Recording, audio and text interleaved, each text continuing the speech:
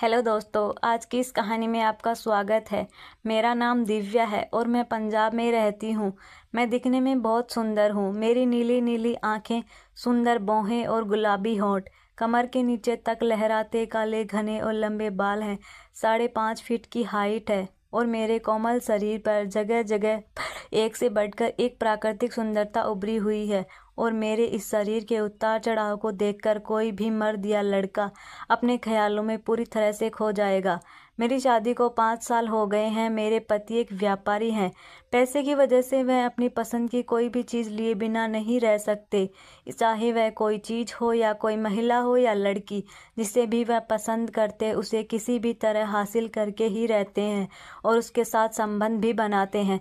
मेरे पति घर पर कम और बाहर ज़्यादा समय बिताते हैं, इसलिए वे घर में ज़्यादा नहीं रहते। इस कारण मैं भी उनसे कम नहीं हूँ। मैंने भी अपनी ज़िंदगी में बहुत मस्ती की है। हमने अपने घर में एक नौकर रखा था। अचानक उसे नौकर को घर जाना पड़ा तो मैंने उससे कहा, तुम घर जा रहे हो तो यहाँ का काम कौन करेगा? उसने कहा, मालकिन आप चिंता मत कीजिए, मैंने अपने बेटे को बुला लिया है और वह मेरी जगह काम करेगा। मैंने पूछा, उसे काम करना आता है? वह बोला, मालकिन मेरा बेटा बहुत अच्छा काम करता है। गर्मी की छुट्टियों में उसका बेटा गांव से हमारे घर आ गया। अब वही लड़का घर की साफ सफाई, झाड़ू लगाना, बर्तन धोना या कोई भी दूसरा काम करता। हमारे घर में खाने पीने का अच्छा इंतजाम था। किसी पर कोई रोक टोक नहीं थी। खाली समय में वह अक्सर हॉल में बैठकर टीवी देखता। एक दिन मुझे एक पार्टी में जाना था। रात में मैं पार्टी से बहुत देर से वापस आई और उस रात मैंने बहुत शराब पी ली थी, इसलिए सुबह देर तक सोती रही। मैं करीब 12 बजे उठी। उस समय कमरे के पर्दे अभी भी बंद थे, जिससे मुझे अभी भी रात जैसा अंधेरा लग रहा था। मैं थोड़ी देर और सोई, फिर उठकर बैठ गई। मैंने नौकर को आवाज़ लगाई और उसे बुलाकर चाय लाने के लिए कहा। फिर मैंने रिमोट उठाया और टीवी चालू किया। रात को सोते समय मैं अक्सर शर्ट और पजामा पहनती हूँ, कभी कभी लोअर भी पहन लेती हूँ। मैं बाथरूम में जाकर हाथ और मुंह धोकर वापस आई और बिस्तर पर लेट गई। तभी वह नौकर चाय की ट्रे लेकर मेरे कमरे में आया और ट्रे लेकर मेरे बिस्तर के पास खड़ा हो गया। वह मेरी तरफ एकटक देख रहा था। मुझे लगा कि अब लड़का बड़ा हो गया है, इसलिए उसे किसी औरत की तरफ देखने का मन करता होगा, लेकिन मैंने उसकी तरफ ध्यान नहीं दिया। वह देख रहा है तो देखने दो, मेरा क्या कर लेगा। फिर मैं चाय पीने लगी, लेकिन वह मेरे पास खड़ा ही रहा। मैंने उससे पूछा, क्या हुआ, तुम्हें कुछ कहना है? उसने कहा, नहीं। मैंने कहा, तो फिर यहाँ क्या कर रहे हो? फिर वह तुरंत चल गया। कुछ देर बाद मुझे लगा कि मुझे इसके साथ ऐसा बर्ताव नहीं करना चाहिए था। मैं उसके बारे में सोचने लगी, उसे बुरा तो नहीं लगा होगा। मैं चाय लेकर बिस्तर पर लेट गई और रात की पार्टी याद करने लगी। पहले मैं सीधी लेटी, फिर उल्टी होकर लेट गई। मैं अपने ही ख्यालों में खोई हुई थी। तभी उसने फिर से दरवाज़ा खोला और अंदर आ गया। चाय का कप उठाकर उसने मेरी ओर देखा। वह बस मेरी तरफ ही देख रहा था। उसके मन में क्या चल रहा था मुझे मालूम था। मैं भी उसकी ओर देखी और इस बार उसकी हालत मुझे पहले से भी ज़्यादा अजीब लगी। उसे थोड़ी शर्म आ रही थी, लेकिन फिर भी वह चोरी चुपके मुझे देख रहा था। मैं ऐसे लेटी थी कि मेरा शरीर दिख रहा था। मैं भी जानबूझकर उसे अपना शरीर दिखा रही थी, क्योंकि मैं अपने पति से बहुत जलती थी। मेरा पति हमेशा किसी न किसी लड़की के साथ होता था, इसलिए मैंने उसे सोचा कि इस नौकर को अपने जाल में फंसा लूं। फिर मैंने उसे जानबूझकर अपनी कमरे की सफाई करने को कहा। उसने कहा, मालकिन मैंने पहले ही सफाई कर दी है।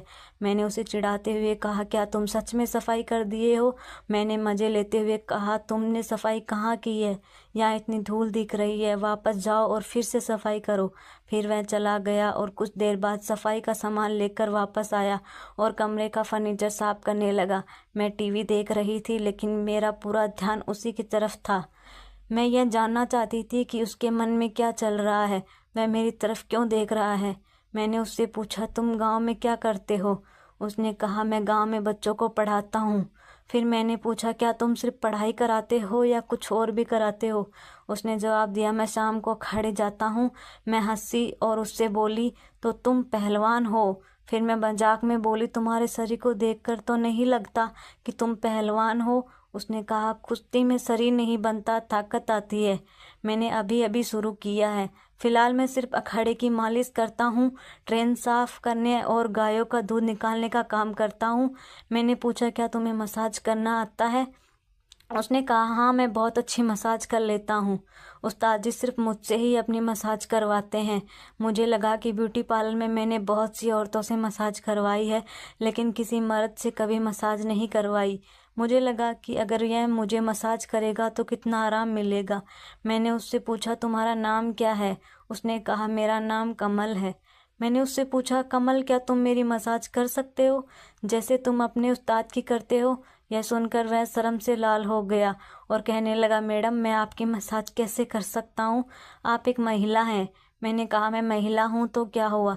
जाओ किचन में तेल की बोतल रखी है, उसे लेकर आओ और मेरी मसाज करो। वह वहीं खड़ा रहा और कुछ बोल नहीं रहा था।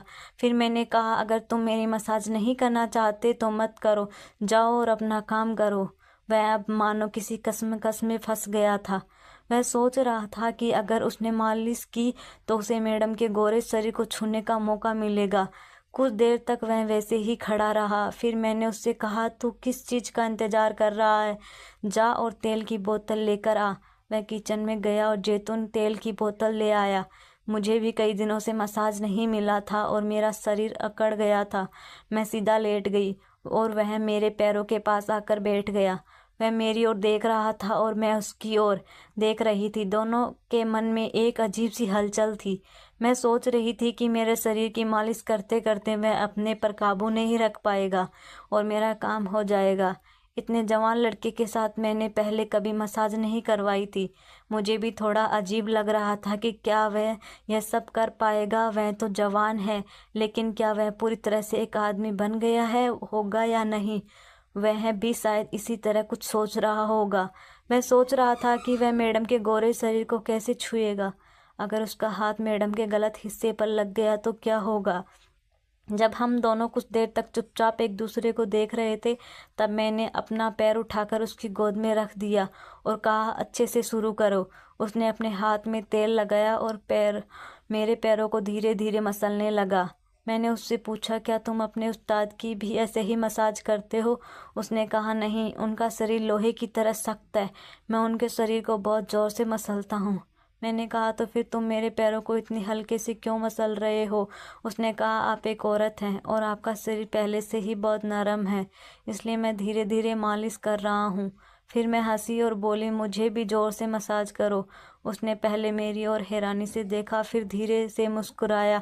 उसकी हंसी में थोड़ी सी शर्म और कुछ बड़ी उम्मीद थी। मैंने कहा, सिर्फ हाथ पैर नहीं, ऊपर तक मसाज करो।